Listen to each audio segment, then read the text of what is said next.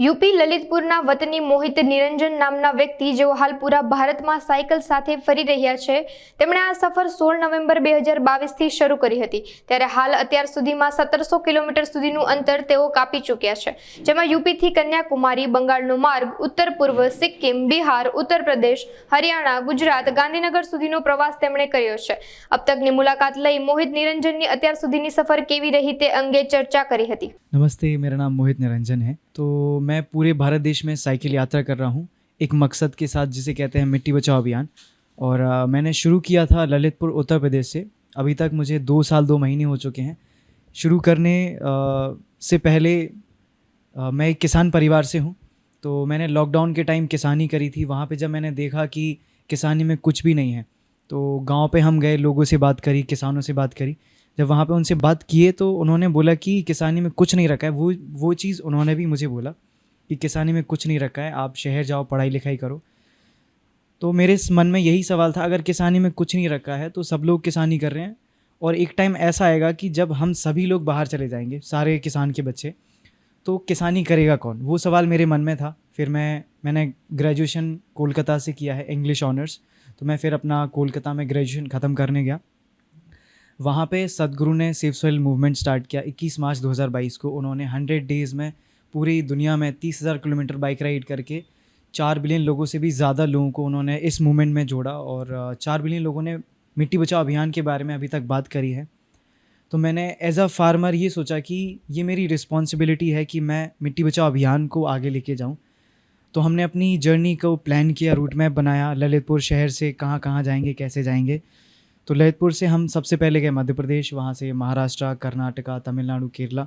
तो मध्य प्रदेश में हम वहाँ के चीफ मिनिस्टर जो उस टाइम थे शिवराज सिंह चौहान मामा जी, तो उनसे मुलाकात भी हुई और उनके साथ पौधारोपण भी किया। उन्होंने आगे के लिए प्रोत्साहन दिया।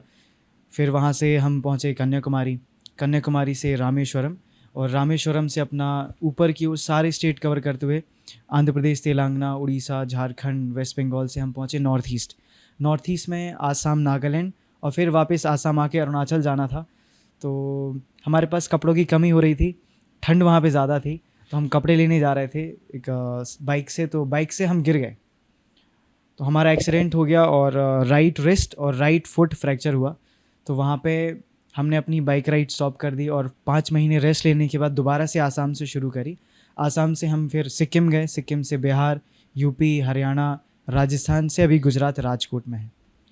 अभी तक हमने 17,000 किलोमीटर कवर कर लिए हैं और टोटल टारगेट हमारा 30,000 किलोमीटर का है। और इस जर्नी में परेशानियां तो बहुत आई हैं। हमने शुरू किया था ठंड में यूपी से, तो यूपी में बहुत ज़्यादा ठंड पड़ती है। उस वक्त हमारे पास साइकिलिंग एक्सपीरियंस भी नहीं था कि पता हो कि कैसे साइकिलिंग करनी है, कब स्टार्ट करना है, कब नहीं करना है और क्या खाना है क्या नहीं खाना है। क्योंकि आप साइकिल पे हैं तो आपको हर चीज़ का ध्यान रखना होता है और आप घर से बाहर हैं, अगर बीमार हो गए तो आप कहाँ रहेंगे, कहाँ इलाज कराएंगे, कौन सी मेडिसिन लेना है, वो हमें कुछ भी आइडिया नहीं था। और हम एक बार बीमार भी हो गए थे। जब हम बैंगलोर पहुँचे तो बहुत बुरी स्थिति थी, 104 या 103 डिग्री सेल्सियस था, मेरा शरीर जल रहा था। हुआ कैसे, ठंड के टाइम साइकिलिंग कर रहे थे और पसीना अंदर आ रहा था और बाहर से ठंडी हवा लगी तो वो सर्द गर्म हो गया।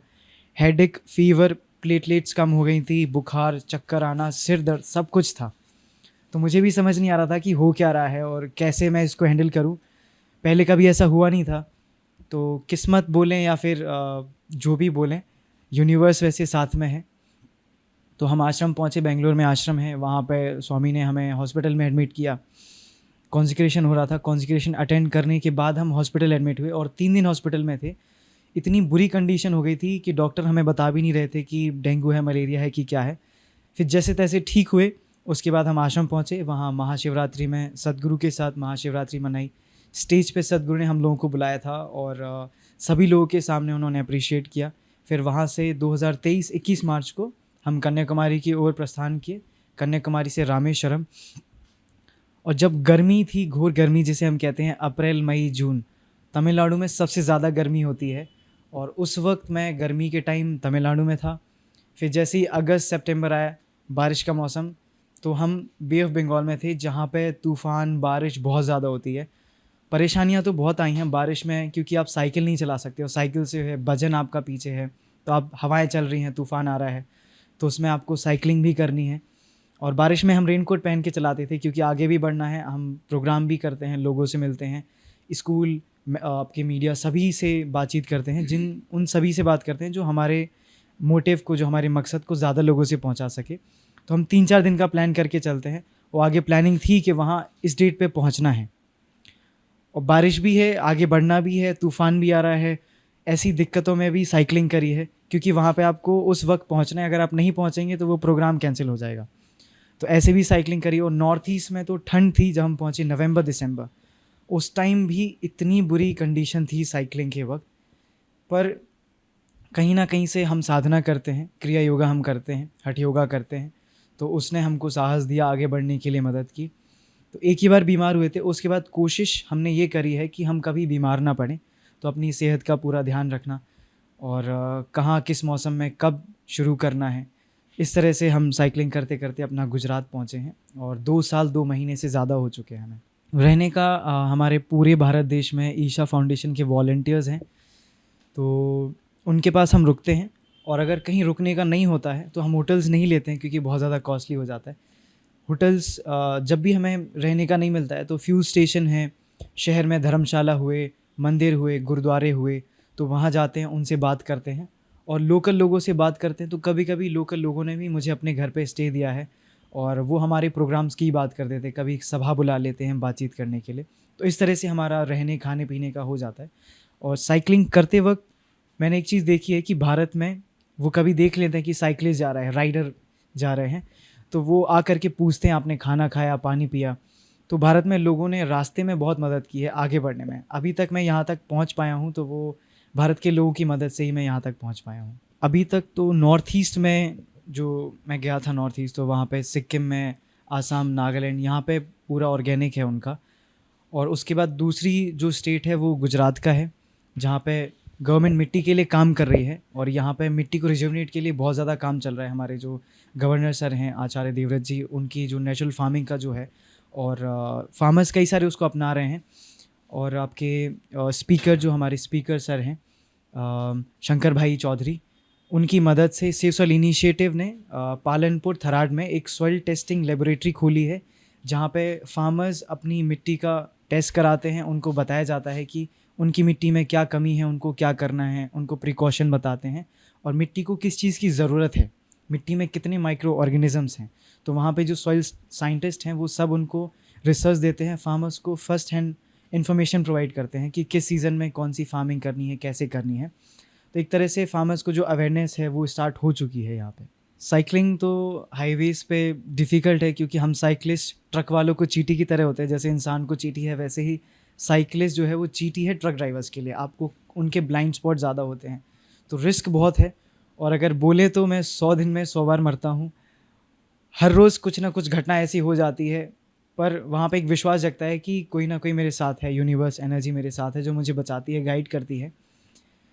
तो जितने भी साइकिलिस्ट हैं उनको मैं यही कहूँगा कि ध्यान से साइकिल चलाएं, क्योंकि साइकिलिंग नॉर्मल स्पोर्ट नहीं है, बहुत ही रिस्की स्पोर्ट्स है। और स्पेशली जब आप हाईवे पे होते हैं, गाड़ियाँ ट्रक बहुत स्पीड में आते हैं, तो रिस्क बहुत ज़्यादा है। रिस्क 100% ही है। एक तरह से मैं अपनी जान हथेली पे लेके आगे चल रहा हूँ। सदगुरु ही मेरी इंस्पिरेशन है, क्योंकि सदगुरु जब 65 की एज में पूरी दुनिया में 30,000 किलोमीटर बाइक राइड करके और लोगों को, इतने सारे लोगों को, 4 बिलियन लोगों को इकट्ठा कर सकते हैं, उनको बात करने पे मिट्टी के बारे में उन्होंने कन्विंस किया है लोगों को। तो एज अ फार्मर सन मैं पूरे इंडिया में घूम करके क्यों नहीं अवेयरनेस कर सकता। तो उनको देख करके मैंने ये शुरू किया था। उन्होंने 18 घंटे बाइक राइड करके इतने सारे इंटरव्यूज़ किए हैं, बिल्कुल भी उन्होंने रेस्ट नहीं लिया है। तो जब भी मैं थकता हूँ या कुछ हो जाता है, मैं हताश हो जाता हूँ, घुटने में दर्द हो जाता है, बॉडी पेन हो जाता है, तो मैं सदगुरु को याद करता हूँ कि सदगुरु 18 घंटे 100 डेज़ बाइक राइड उन्होंने करी है हम सभी के लिए। मुझे ये लगता है कि स्पेशली उन्होंने मेरे लिए की है, क्योंकि मैं खुद एक किसान हूँ। तो एज अ फार्मर मेरी रिस्पॉन्सिबिलिटी है कि मैं ज़्यादा लोगों तक पहुँचूँ। हमारे अब तक जो ऑडियंस है उन सभी से मेरी एक मांग है, हम सभी सोशल मीडिया का इस्तेमाल करते हैं, फेसबुक, इंस्टाग्राम, ट्विटर और भी कई सारे प्लेटफॉर्म हुए। तो मिट्टी ख़त्म होती जा रही है, मिट्टी में पोषण बहुत ही ज़्यादा कम है, और एक तरह से बोल सकते हैं कि मिट्टी मरती जा रही है, और ये भी बोल सकते हैं कि मिट्टी मर चुकी है। हमारे पास 2045 तक की ही मिट्टी बची है। जितने भी साइंटिस्ट हैं, जितने भी हमारे रिस्पॉन्सिबल बड़े बड़े साइंटिस्ट हैं, वो उन्होंने यही बोला है कि 2045 तक हमारे पास मिट्टी है, उसके बाद सॉइल हम फूड नहीं उगा पाएंगे मिट्टी में। और हम सभी अपने सोशल मीडिया के जो प्लेटफॉर्म हैं उसका इस्तेमाल करें, मिट्टी के बारे में लिखें, न्यूट्रिशन के बारे में लिखें, फूड के बारे में लिखें और लिख करके अपने लीडर्स को टैग करें, क्योंकि जैसे तैसे हम ज़िंदगी काट लेंगे 20 साल, 40 साल, 60 साल, लेकिन जो आगे आने वाली जनरेशन है वो कैसे सर्वाइव करी, हमें उनके बारे में सोचना पड़ेगा। और आप देख सकते हैं कि जो न्यूट्रिशन लेवल है फूड में वो बहुत ही ज़्यादा कम हो चुका है। तो बहुत सारी ऐसी चीज़ें हैं जो हम लिख सकते हैं और आप अपने सोशल मीडिया का इस्तेमाल करके प्लीज़ ज़्यादा से ज़्यादा लोगों को टैग करें, अपने लीडर्स को बताएं कि आप कंसर्न हैं मिट्टी के लिए और हम सभी मिल करके मिट्टी को बचाते हैं। अगर हम मिट्टी को नहीं बचा पाएंगे तो हम इंसान नहीं बचेंगे, क्योंकि मिट्टी है तो हम हैं। Thank you.